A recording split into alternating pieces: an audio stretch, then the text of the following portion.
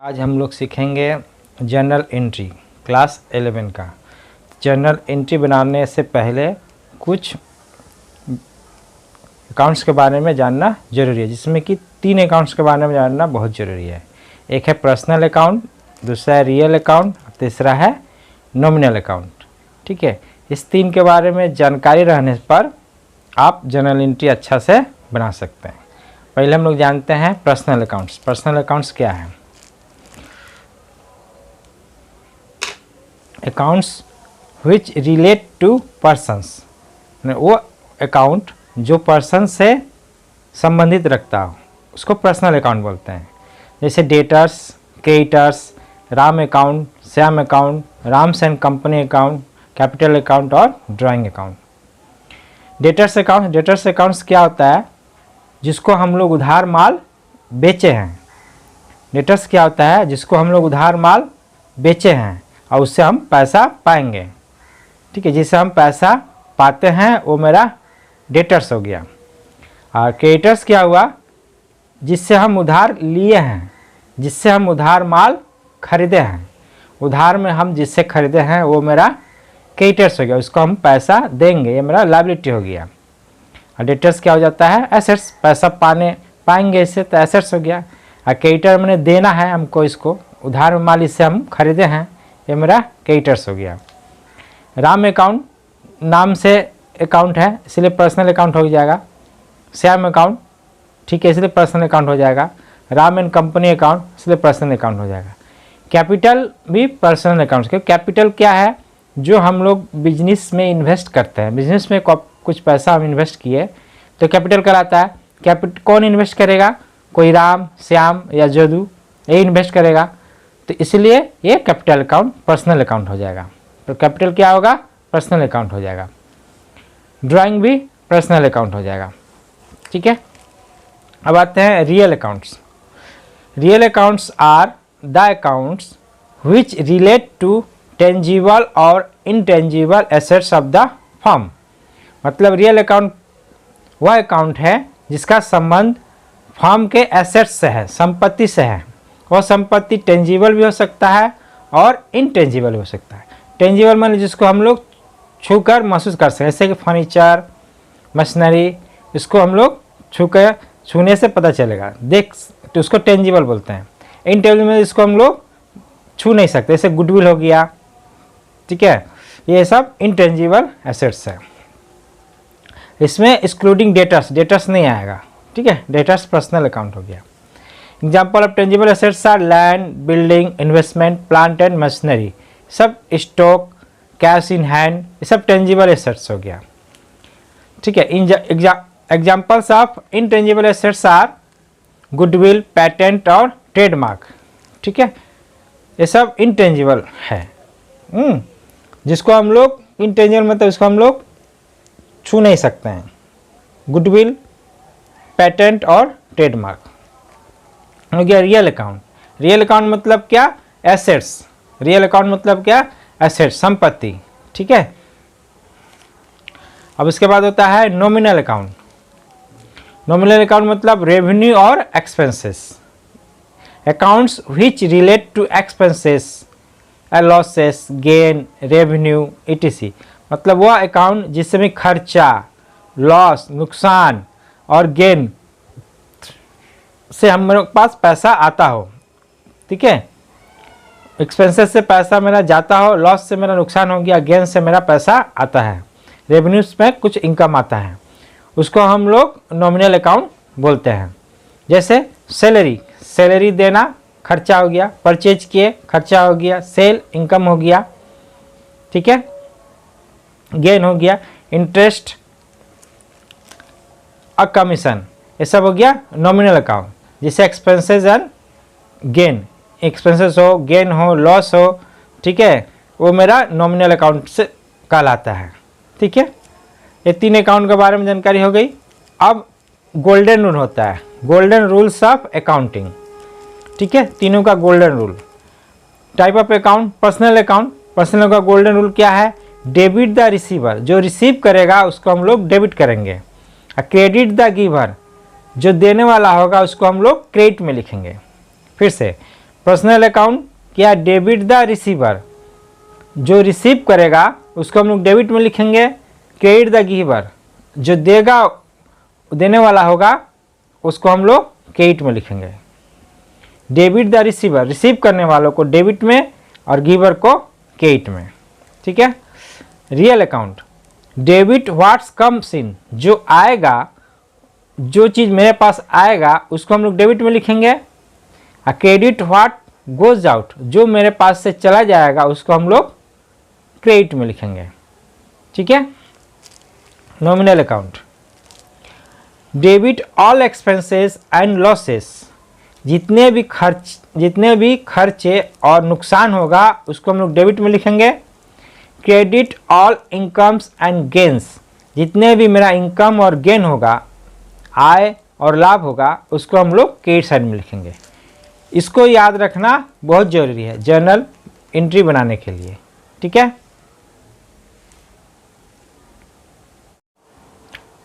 Generalized the following transaction.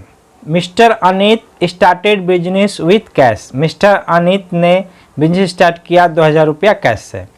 इसमें दो aspect है, एक कैश है और एक कैपिटल। बिजनेस स्टार्टेड को हम लोग कैपिटल लगाया है ना बिजनेस में, और कितना रुपया लगाया, 2000 रुपया। किस रूप में लगाया, कैश के रूप में। कैपिटल और कैश क्या हो गया, दो ट्रांजैक्शन है यहाँ पर। ठीक है, दो एस्पेक्ट है यहाँ पर। कितना एस्पेक्ट है, दो एस्पेक्ट, कैपिटल और cash.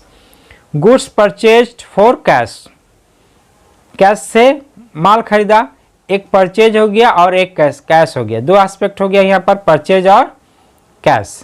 Goods sold for cash, तो एक कैश हो गया और एक सेल्स हो गया। सेल किया ना, माल बेचा, कैश 15,000 में माल बेचा है, तो सेल्स और कैश यहाँ पर एस्पेक्ट हो गया। स्टार्टेड बिजनेस विथ कैश, फिर आया स्टार्टेड बिजनेस आया। जहाँ पर भी स्टार्टेड बिजनेस आएगा, कैश से बिजनेस स्टार्ट किया 60,000, तो कैश और कैपिटल इस यहाँ पर एस्पेक्ट हो गया।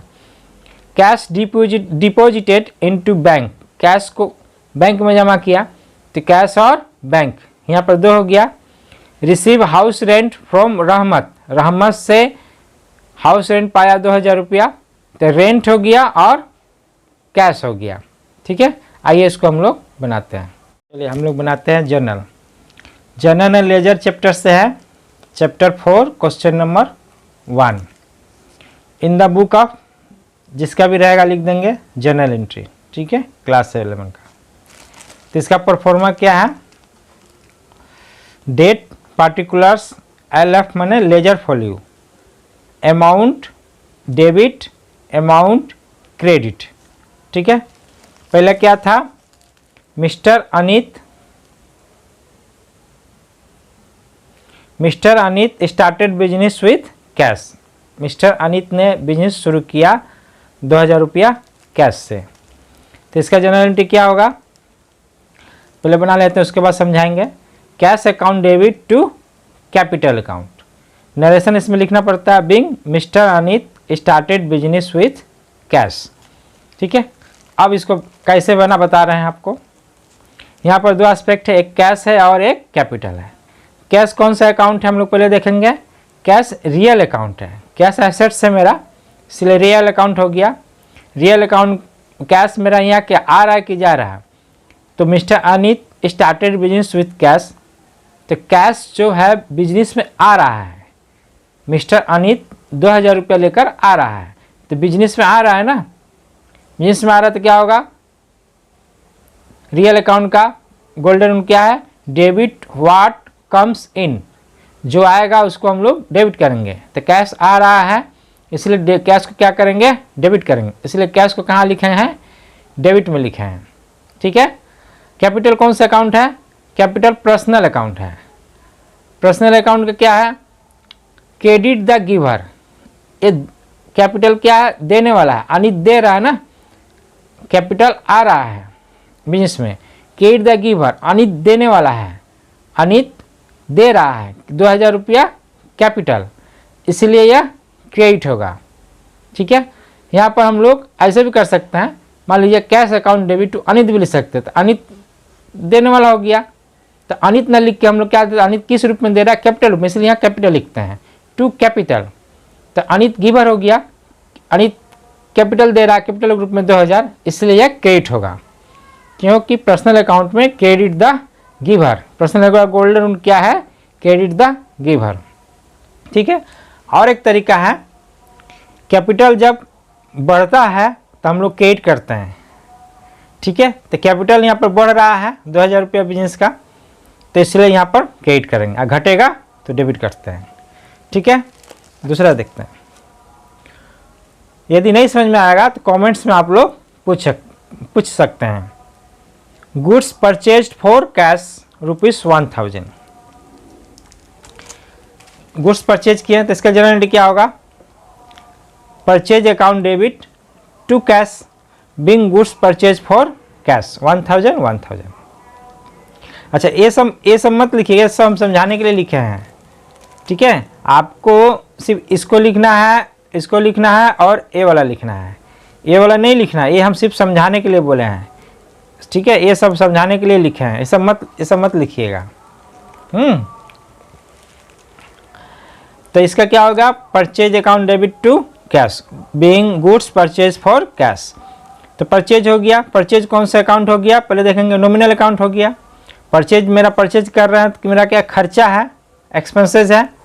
परचेज कर रहे हैं तो पैसा जा रहा है ना। तो नॉमिनल अकाउंट का गोल्डन रूल क्या है, debit all expenses and losses. जो एक्सपेंसेस रहता है और लॉसेज रहता है उसको हम लोग क्या करते हैं, डेबिट में लिखते हैं। तो डेबिट में लिखेंगे, इसलिए परचेज को कहाँ लिखे हैं, डेबिट में लिखे हैं। कैश कौन सा अकाउंट हो गया, रियल अकाउंट हो गया। तो कैश मेरे यहाँ से जा रहा है। क्रेडिट व्हाट गोज आउट, एक गोज आउट है, इसीलिए कैश को कहाँ लिखेंगे हम लोग, क्रेडिट में लिखेंगे। यहाँ क्रेडिट लिखाता नहीं है। ठीक है। टू कैश लिखने का मतलब है क्रेडिट हो गया। समझ में आ गया। इसको आपको नहीं लिखना है, सिर्फ ए वाला इसको और इसको लिखना है। ठीक है। एग्जाम में बनाते समय जब इसका बनाइएगा सॉल्यूशन में तो ये सब रहेगा, ये सिर्फ समझाने के लिए बताए हैं। अच्छा, गुड्स सोल्ड फॉर कैश ₹15,000, 15,000 में हम लोग बेचे हैं कैश में। तो यहाँ पर भी जनरली क्या होगा, cash account debit to sales account 15,000। ठीक है। Being goods sold for cash, कैसे, कैश क्या हो गया हम लोग का, रियल अकाउंट हो गया। तो रियल अकाउंट में कैश क्या हुआ, हम बेच रहे हैं, पैसा मेरे पास आ रहा है ना, बेच रहे हैं तो पैसा मिल रहा है हमको। तो debit what comes in, comes in वाला लिखेंगे। कम्स इन वाला में क्या होता है, डेबिट। कैश को क्या करेंगे, डेबिट में लिखेंगे। सेल्स क्या है मेरा, नॉमिनल अकाउंट है। नॉमिनल अकाउंट में सेल्स मेरा क्या है, इनकम है, बेच रहे हैं तो इनकम है। तो credit all incomes and gains. ठीक है। जितना इनकम एंड गेन रहेगा उसको क्रेडिट करेंगे। तो सेल्स को क्या करेंगे हम लोग, क्रेडिट में लिखेंगे, इसीलिए क्रेडिट में लिखे हैं। ठीक है।